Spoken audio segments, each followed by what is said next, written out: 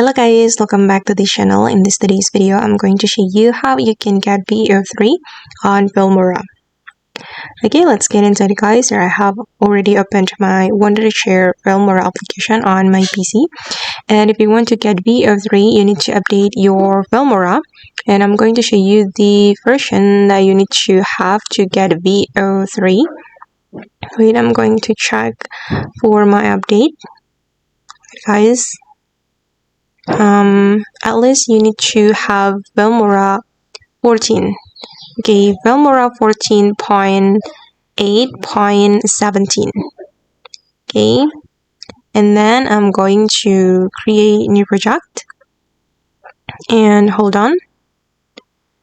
And if you want to get VO, you can go to the stock media and then select AI media, and here you will see VO3.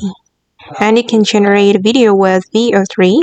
You can use image to video feature, and as you can see that we need credits to generate video with VO3, and you can purchase the credits to Filmora.